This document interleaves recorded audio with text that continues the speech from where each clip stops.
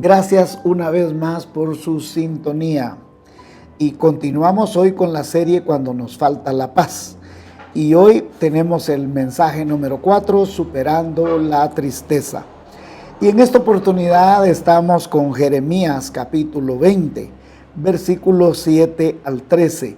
Y tenemos la lectura en Dios habla hoy. Algunas Biblias tienen como título Quejas de Jeremías ante el Señor. Vamos a comenzar en el versículo 7. Señor, tú me engañaste y yo me dejé engañar. Eras más fuerte y me venciste. A todas horas soy motivo de risa, todos se burlan de mí. Siempre que hablo es para anunciar violencia y destrucción. Continuamente me insultan y me hacen burla porque anuncio tu palabra. Si digo, no pensaré más en el Señor, no volveré a hablar en su nombre, entonces tu palabra en mi interior se convierte en un fuego que devora, que me cala hasta los huesos. Trato de contenerla, pero no puedo. Puedo oír que la gente cuchuchea. Hay terror por todas partes. Dicen, vengan, vamos a acusarlo. Aún mis amigos esperan que yo dé un paso en falso. Dicen, quizás se deje engañar, entonces lo venceremos y nos vengaremos de él. Pero tú, Señor, estás conmigo, como un guerrero invencible. Los que me persiguen caerán y no podrán vencerme.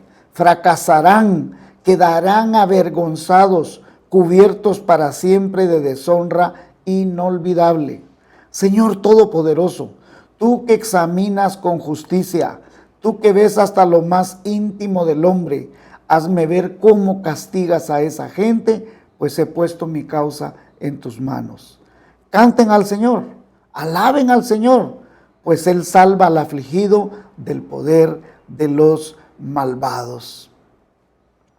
El punto central del mensaje de hoy es que Dios nos levanta cuando nos sentimos deprimidos o que estamos tristes, que estamos viviendo en adversidad. Y esta serie en la cual el mensaje de hoy es Superando la tristeza, la serie trata de que nosotros recuperemos la paz. Y todos, de alguna manera, desde niños tenemos sueños. Y cuando llegamos a la adolescencia, los sueños cambian y no digamos en la juventud. Cuando empezamos la etapa de la adultez, hay un enorme cambio. Porque nos damos cuenta que nuestros sueños no se hacen realidad tan fácilmente como nosotros los elaboramos en nuestra mente y en nuestro corazón.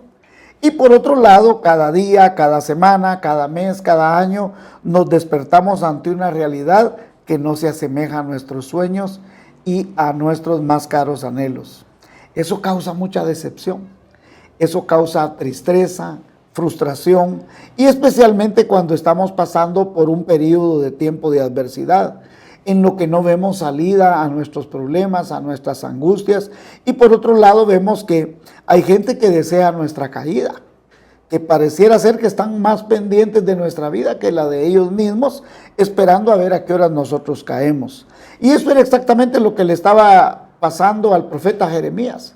Jeremías estaba pasando por un proceso, diríamos, depresivo. El hombre está predicando, pero nadie le quiere hacer caso, más bien se burlan de él.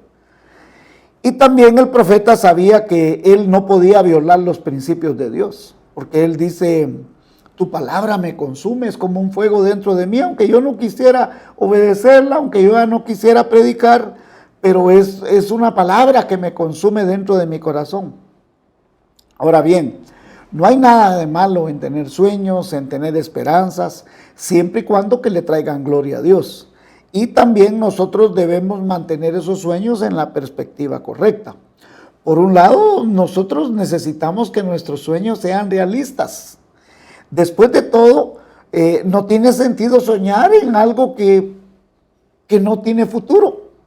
Por ejemplo, si usted y yo no sabemos cantar, ¿por qué vamos a soñar en ser cantantes? Si no sabemos entonar, no tenemos ritmo, no tenemos melodía, entonces hay sueños que en realidad nunca se van a cumplir porque no son reales, ¿verdad? como la gente que dice yo quiero sacarme la lotería, pero nunca compra un número. Entonces son sueños irreales. Y en segundo lugar, es posible que sus sueños no siempre estén de acuerdo con la voluntad de Dios. Entonces hay sueños que no se van a cumplir porque no están dentro de los propósitos, dentro de los objetivos, las metas que Dios tiene para su vida. Y en otras palabras, lo que queremos y lo que Dios quiere a menudo son dos cosas totalmente diferentes. Ese fue precisamente lo que estaba pasando en la vida de Jeremías. Para cuando Jeremías está pronunciando estas palabras en este capítulo, había predicado ya durante 20 años. 20 años había estado predicando avivamiento, arrepentimiento, que se volvieran a Dios, y no había salido nada bien la predicación de Jeremías. Entonces él era natural que estuviese desanimado, devastado, y entonces él empieza a expresar su queja, su frustración ante Dios. Y yo quisiera que pudiéramos ver tres cosas en la vida de Jeremías en este pasaje y que nos puedan ayudar a nosotros a alcanzar la paz, superar la tristeza, superar cualquier adversidad que nosotros estemos viviendo. La primera cosa que necesitamos ver es la queja que Nehemías tiene. Entonces, todos de vez en cuando nos quejamos y muchas veces nuestras quejas, si lo meditamos bien, no son tan razonables. Si analiza usted detenidamente por qué se está quejando, muchas veces se dará cuenta que su queja, mi queja, es por cuestiones puramente egoístas. Otras muchas veces son muy válidas, pero no, ciertamente por eso tenemos el derecho de estarnos quejando con Dios. Así, si analizamos qué estaba pasando en la vida de Jeremías, a Jeremías se le es denominado el profeta llorón, porque Jeremías es también quien escribe el libro de Lamentaciones. Jeremías fue llamado a ministrar en el tiempo de Josías, cuando él era rey en Judá. Y es el último rey justo que va a reinar sobre Judá. Y uno de sus logros, de los logros del rey Josías, era que había librado a la tierra de ídolos y también había renovado el templo. Esto sucedió que después de que él había mandado a limpiar el templo, había mandado a hacer una limpieza general, él quería renovar las cosas en el templo y encontraron un libro. Y se cree que probablemente el libro que encontraron es el libro de Deuteronomio. Entonces Josías lee este libro, se lo leen a él más bien, y entonces él se enternece su corazón con el Señor. Y entonces él dirige la nación hacia un tiempo de arrepentimiento. Incluso llega a tal avivamiento el reinado de Josías que traspasa las fronteras de Judá, porque destruyó un becerro de oro que estaba en Betel y que por siglos había estado ahí. Después de la muerte de Josías, lamentablemente la gente volvió a la idolatría. Entonces Jeremías está predicando a una gente que está volviendo a un sistema idolátrico. Y Jeremías les está diciendo: arrepiéntanse, escuchen la voz de Dios, volvámonos al Señor. Y cuando Jeremías predica estas palabras de arrepentimiento para el pueblo, en realidad el pueblo no solo no estaba escuchando, sino que el pueblo se estaba burlando de él. El pueblo deseaba la caída de él, estaban buscando, sus propios amigos estaban buscando su caída. Entonces Jeremías acusa a Dios de haberlo engañado, por eso le dice: me engañaste. Hay otra versión que dice: me sedujiste y yo caí en tu seducción. Entonces Jeremías tiene esta queja con él, porque en realidad Jeremías esperaba que una vez que él estuviera predicando, el pueblo se convirtiera, que el pueblo regresara a los caminos de Dios, pero no hubo nada de eso. Todo pastor, todo predicador, todo laico espera encontrar resultados positivos en su predicación, en su ministerio, en su trabajo. El predicador, el pastor sabe que habrá detractores, pero también sabe que habrá seguidores. Y en el caso de Jeremías, él solo tiene detractores, solo tiene gente que lo está acusando, que lo está señalando, que se está burlando de él, que está criticando a espaldas de él. Y el problema es que Jeremías solo encontró adversidad. Entonces, Es muy probable que en los primeros años del ministerio de Jeremías hubo mucho optimismo. Le entró con todas las ganas, con toda la fuerza, como usted cuando en cualquier proyecto que usted inicia. Y el problema era que la gente no solo se estaba burlando de él, sino que lo estaban persiguiendo. Vaya, se burlan de usted, pero encima de eso que lo persigan, encima que deseen su caída. Y entonces Dios le había advertido a Jeremías que la gente no lo escucharía, lo que constituye en que Dios no había engañado a Jeremías, porque Jeremías capítulo 7, versículo 27 dice así: tú pues les dirás todas estas palabras, pero no te oirán, los llamarás y no te responderán. O sea que Dios ya le había advertido a Jeremías que la gente no iba a escuchar su predicación. Entonces Jeremías podemos concluir que era un hombre de carne y hueso con todos sus defectos y sus virtudes. Así que Jeremías estaba deprimido, estaba devastado, estaba decaído, y lo más probable es que estaba dudando de Dios. Él se siente terrible mal, se siente engañado, se siente frustrado. Ahora, muéstrame a una persona que nunca haya dudado de Dios y te mostraré a alguien que probablemente no sea honesto, que no sea íntegro. Todos en algún momento de nuestra vida dudamos del Señor o creemos que el Señor nos ha abandonado. Recuerde que siempre yo pregono que vivimos en un mundo caído y la vida no va a ser justa. Vivimos una sociedad caída. Desde Adán hasta que el día que Jesucristo regrese, vivimos un mundo caído. Entonces debemos comprender que a medida que la sociedad se vuelve más perversa, es más probable que el pueblo de Dios se desanime más. Así que estamos viviendo tiempos de perversidad, de maldad, de injusticia, de corrupción, de todo tipo de maldad. Y eso es lo que vemos. Y por eso nosotros observamos un decaimiento en el pueblo de Dios. Ahora mismo la mayoría de iglesias en estos tiempos de pandemia se han visto diezmadas. He platicado con varios pastores y lo que me dicen es que en sus iglesias ha disminuido la presencia de jóvenes, de adultos, y que mucha gente se ha dado un paso hacia atrás. Pero todas estas cosas realmente han desanimado al pueblo de Dios. Y eso es el resultado de los tiempos posverdad. Ya no vivimos en el posmodernismo, vivimos en un posverdad y ahora estamos cosechando esa realidad. Mucha gente no quiere compromisos con Dios, ni aún los cristianos. Así que Jeremías tenía aparentemente razones válidas para quejarse con Dios. Quizás usted tiene razones válidas para quejarse con Dios.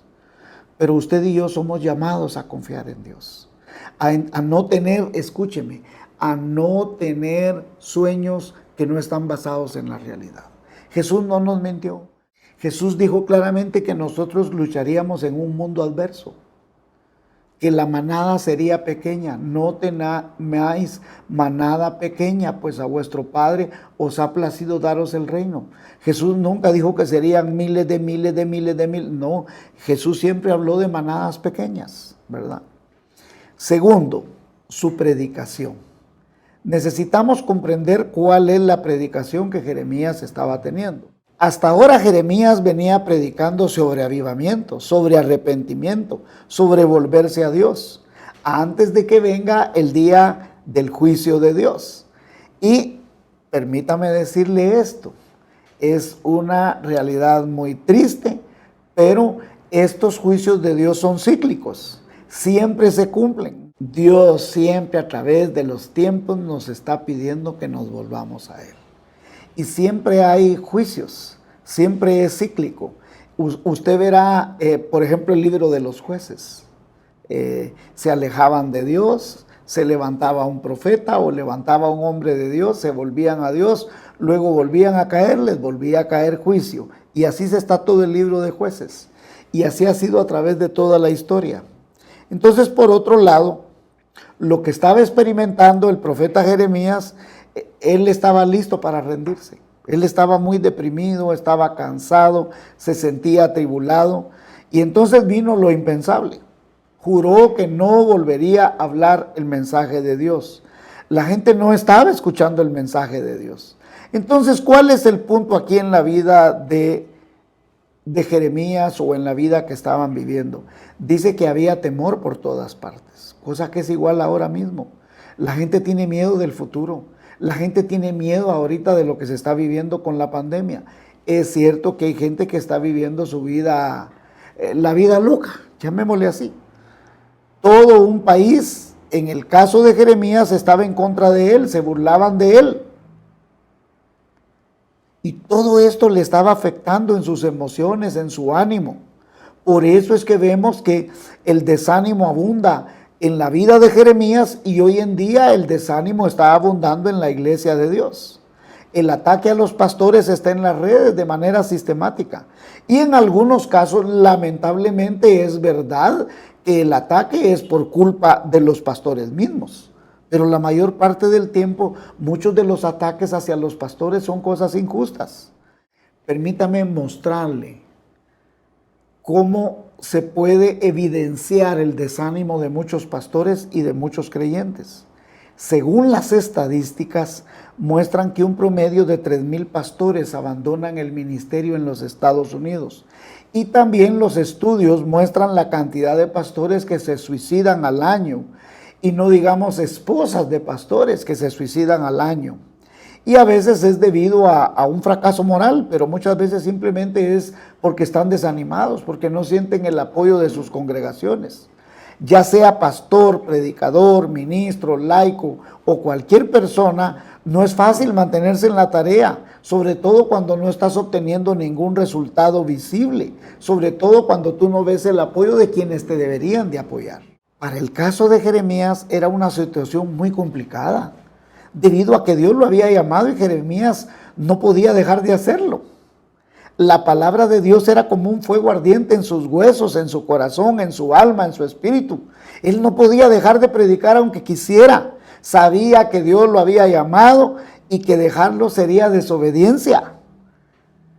Permítame contarle una historia. Cuando inicié mis estudios en el Seminario Bautista de Guatemala, sostuve una conversación con un misionero que estaba aquí en Guatemala. Él se llama Ted Lingwell, ya que yo había ingresado al Seminario Bautista porque yo quería ser un evangelista y quería prepararme para ese efecto.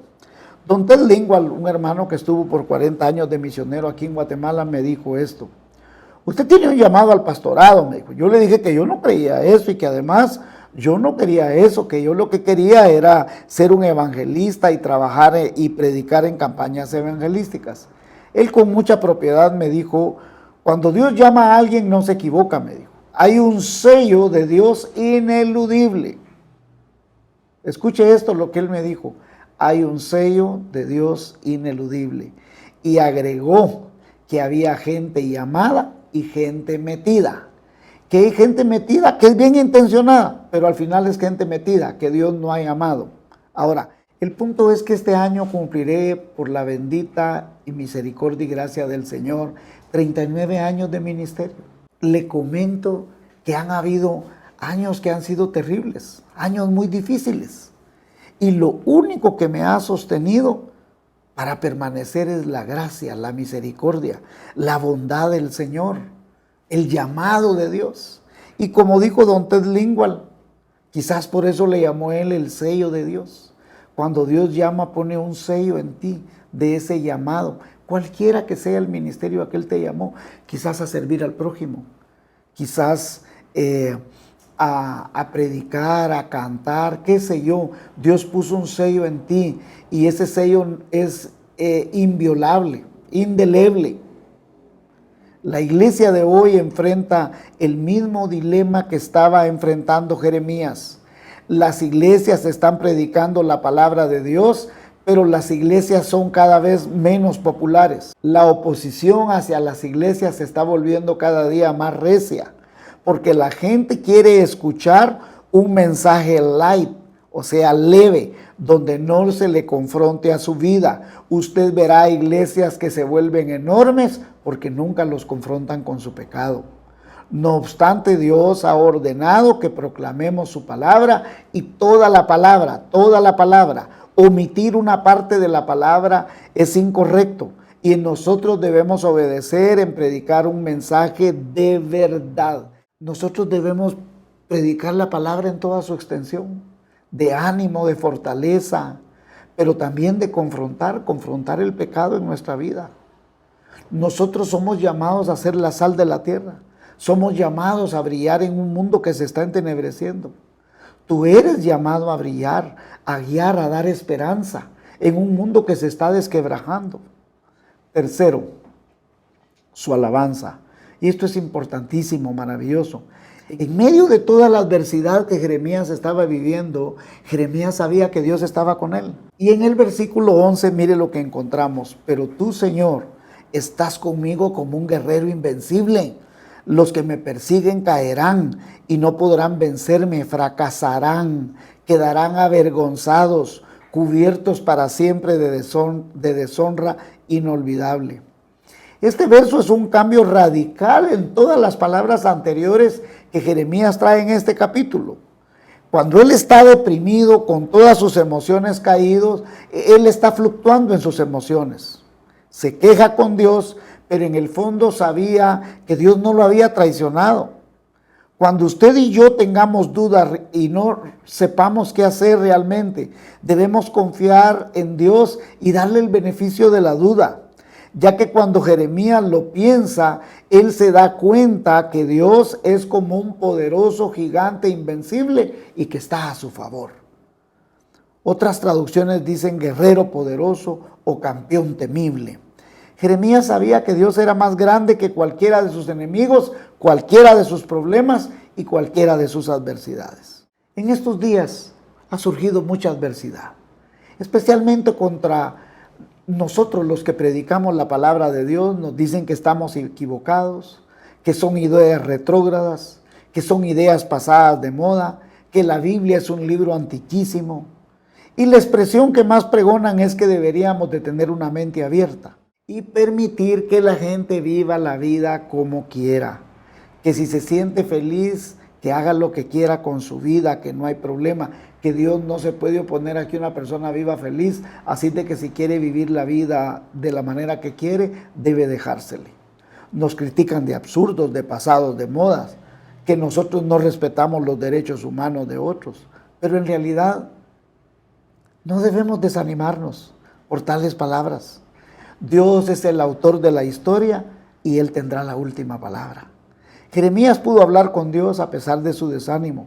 Y Dios conocía el corazón de Jeremías.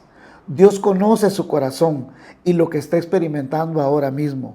La gente estaba atacando sus motivos, pero Jeremías sabía que no tenía por qué responderles. Asimismo, no tenemos que justificarnos ante otras personas. Dios es el único que puede juzgar. Y por supuesto, que eso no significa que usted puede hacer lo que le venga en gana. Estamos hablando de hacer lo justo, lo recto y lo santo. Mucha gente ataca los motivos de la iglesia. Nos llaman llenos de odio e intolerantes. Dice que solo nos interesa el dinero o el poder político. Déjelos hablar. Dios conoce nuestros corazones y su opinión es la única que importa. Ahora, permítame decirle esto, y que es muy importante decirlo. Nosotros como iglesia no somos llamados a ofender a nadie tampoco. Nosotros no tenemos por qué estar llamando a la gente hijos del infierno. Nosotros no tenemos por qué ofender. Nosotros somos llamados a confrontar el pecado, sí, pero no a ofender a la gente. La gente tiene razón.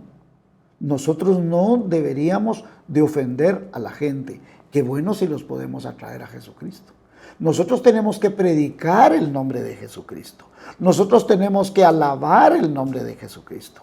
Nosotros tenemos que exaltar a Jesucristo. Si el Hijo del Hombre fuere levantado, Él los atraerá a sí mismos. Pero en ningún momento está diciendo que los ofendamos. Jesús no avergonzó a nadie.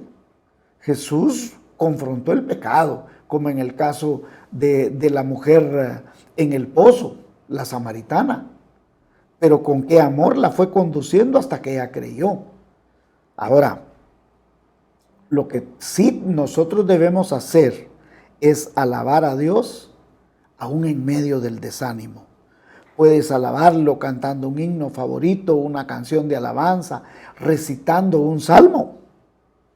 Quizás tú hay un salmo de alabanza que toca tu corazón, pues, y tú dices, es que yo no puedo cantar, pues recítalo, óralo.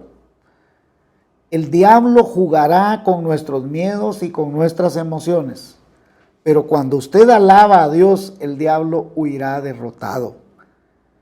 En la Biblia, en la santa palabra de Dios, hay muchas historias de cómo Israel, cuando estaba a las puertas de la derrota, con grandes ejércitos, poderosos ejércitos, que estaban listos para derrotar a Israel, cuando ellos comenzaron a alabar y adorar el nombre de Dios, Dios les concedió la victoria. De acuerdo a la Biblia, Jesús es el que cambia nuestro lamento en baile. Tú y yo debemos alabar al Señor. La Biblia dice que Dios es el que adereza mesa en presencia de nuestros angustiadores. Así que si crees que Dios te ha hablado esta mañana, di un poderoso amén en tu corazón, ahí donde tú te encuentras. Si tú crees que Dios te ha hablado para animarte, para sostenerte, para llamarte, di un poderoso amén en lo profundo de tu corazón. ¿Cómo podemos concluir hoy? Mire, todos tarde o temprano enfrentaremos adversidad. Todos tarde o temprano tendremos algún enemigo al que quizás era nuestro amigo y lo hemos servido, lo hemos ayudado, pero nos traiciona, nos defrauda. Quizás a la misma gente que usted le está hablando de Cristo, le molesta que usted le hable. Ahora, necesitamos comprender que los amigos también son humanos y no todo el tiempo serán leales a nosotros. Muchas veces es nuestra propia familia quien no nos es leal. Puede ser un padre, una madre, un hermano, un tío. Así de que usted no se extrañe, ¿verdad? Pero la Biblia dice que hay un amigo que está más unido que un hermano y ese amigo es el Dios Todopoderoso. Él no falla, Él nunca lo dejará en el suelo, nunca lo dejará tirado. Clama a mí y yo te responderé y te mostraré cosas grandes y ocultas que tú no conoces. Puede que no siempre entiendas lo que está Dios haciendo en nuestra vida, pero Él está con nosotros. Incluso en los momentos que no comprendemos. Mire, usted mismo y yo podemos fallarle, pero Él nunca le fallará. Usted y yo debemos mantener nuestra confianza en Dios. Ahora, todo esto no funciona si usted no tiene a Cristo en su corazón. Usted y yo necesitamos decirle a Jesús, Señor Jesús, gracias por morir en esa cruz. Gracias por pagar el precio que yo no podía pagar. Te ruego que perdones todos mis pecados y que entres en mi corazón y que seas el Señor y el Salvador de mi vida. Te ruego que ahora me bendigas, que escribas mi nombre en el libro de la vida. Ahora entiendo que soy pecador y que necesito de ti y que todos hemos pecado y que todos hemos sido destituidos de la gloria de Dios. Pero la dádiva de Dios, el regalo perfecto de Dios, es vida eterna en Cristo Jesús. Al que no escatimó a su propio Hijo, ¿cómo no nos dará con Él todas las cosas? Así de que venga Jesús, dígale a Jesús que entre en su corazón y Él le bendecirá. Y sobre todo, usted estará seguro que su nombre está escrito en el libro de la vida. Que Dios le bendiga rica y abundantemente. Nos vemos en el siguiente de la serie.